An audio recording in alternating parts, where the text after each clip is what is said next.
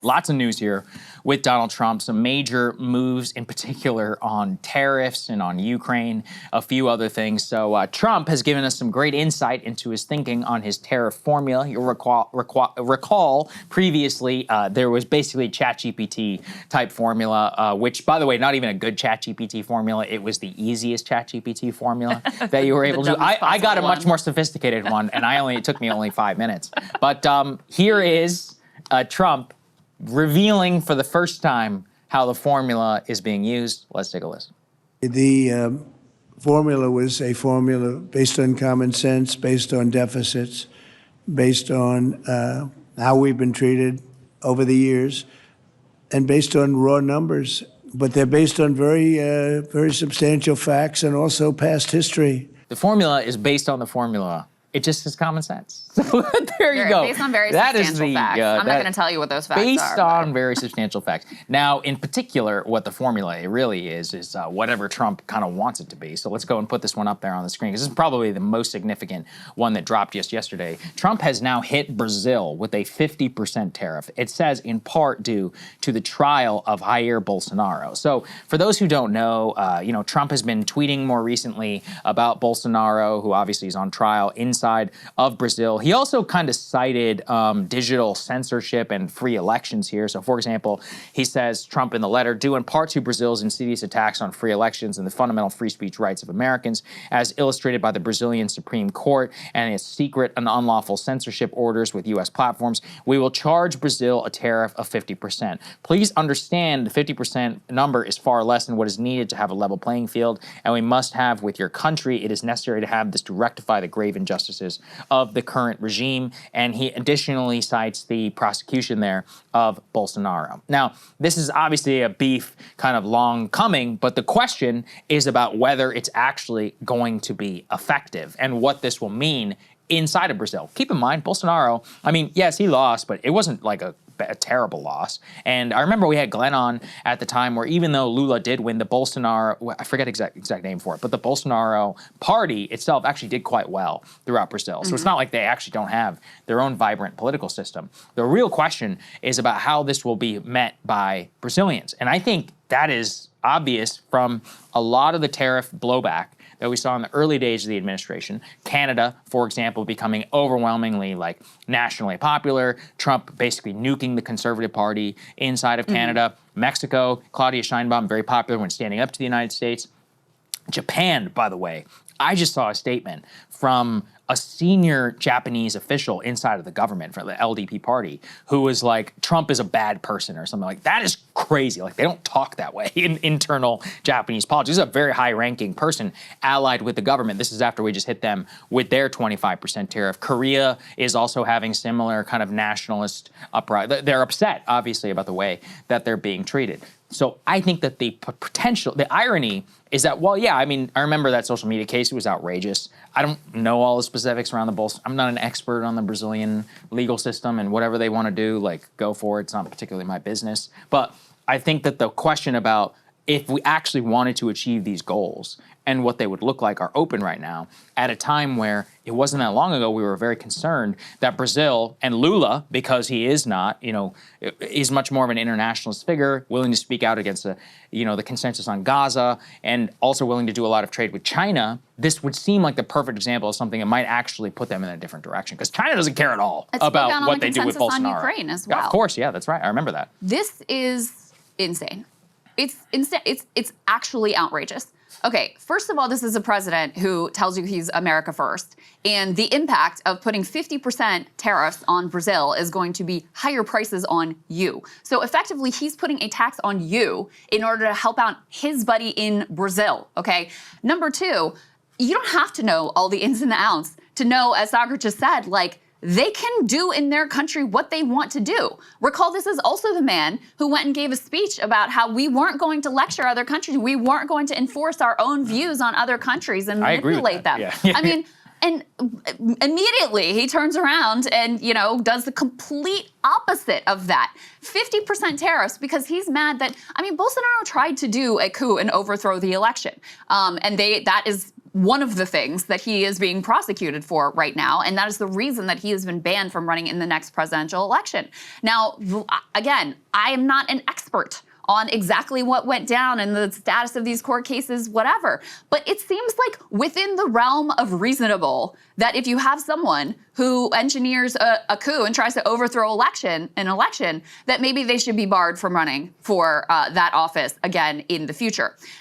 From the political perspective, it's also completely insane in terms of like the goals you want to effectuate. So first of all, you're very likely to have a rallying around Lula, who actually has been sliding in the polls and was in a bit of political trouble. So this could easily, very possible, I was talking to Juan David Rojas about this, very possible that this rescues Lula and bolsters his polls as he heads into his next election. It's not clear if he's running it, whatever, put that aside, but could very much bolster Lula politically. In addition, you have Trump picking this fight with the BRICS nation, of which Brazil is the B in BRICS there, over their movement towards potential, an alternative currency system, potential de-dollarization. What do you think the impact of this is going to be? It is going to be to further push these countries into the arms of China. So you can't rely on these people. These people are insane. You're just going to levy a 50% tariff on us because you don't like what our court system is doing? Like, get out of town. What do you mean? So it's so counterproductive, idiotic, illogical, outrageous on every single level that you can hardly wrap your head around the type of mind that would come up with this. Well, I mean, in particular for me, it's just, look, I don't know. I mean, I remember there were a lot of concern about censorship and all that via Brazil. I don't disagree with any of that. I think that's fine. If we want, and I believe we at least got some resolution or something on that. But for me, the Bolsonaro thing, again, I don't know about the case. I know that there was some brouhaha or whatever, and they're banning him from all of that. But I don't really care what they do, in their own country. You do what you want to do. If you guys are upset about it, then you can overthrow your own government. Go for it. But as Rojas actually points out, with the Brazil's export partners, the 50% tariff, it'll hurt, but it won't be devastating. In particular, because Brazil already was at least pursuing somewhat the so-called BRICS strategy. And in fact, actually just yesterday, the Chinese government announced trade agreements with 10 different countries in the Asia Pacific, many of whom were actually hit by a tariff by the United States almost in the same week. Now, those are the things that actually concern me the most. I'll also show you another example. Let's put B4 up on the screen, please, on copper. Trump says, quote, I am announcing a 50% tariff on copper effective August 1st, 2025, citing the national security reasons for semiconductors and all of these other, industries that are reliant on copper. Now, okay, listen, I think I said this yesterday. That's fine as long as we have a vibrant copper industry here in the U.S., and we're able to, spin up production, and we've given a bunch of tax credits to the copper industry. We didn't do any of that with the latest bill. That's the problem. And so, copper, Ryan said yesterday that this is a boon to all of the people who rip copper out of abandoned houses, which are AKA drug addicts, by the way. So congratulations to all the fentanyl addicts out there who are stealing copper off of job sites and other things. But if you pair that with where we are right now, it's probably just going to lead to a higher price.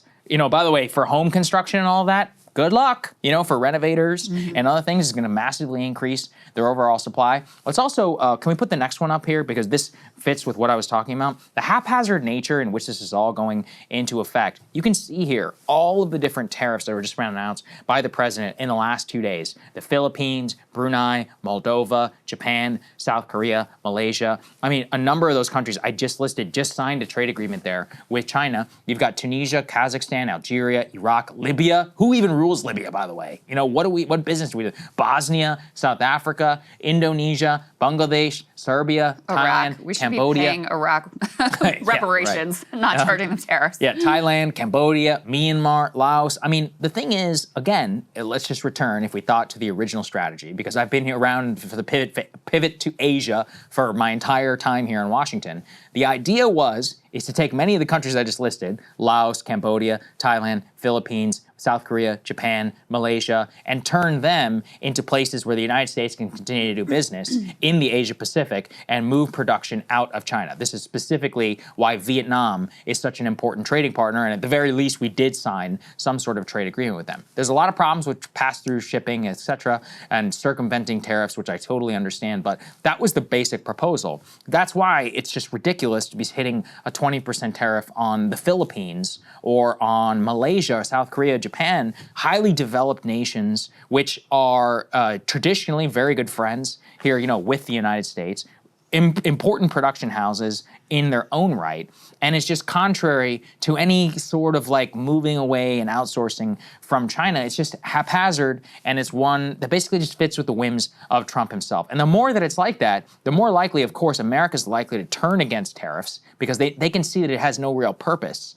And the likelihood is to actually just vindicate all these neoliberals because the prices are just going to go up. We're going to talk about Amazon here in a little bit, but we're already seeing some precarious signs. It's funny too, I've seen people be like, see, you should have trusted Trump's plan on tariffs all along. I'm like, guys, he backed down on the tariffs. That's the only reason why the economy is fine. Yeah. If they go back into effect, then all of the original doom scenarios will come true. Yeah. Like, what are we doing here? It's insane. And Yeah. I just to go back to Brazil for one more moment.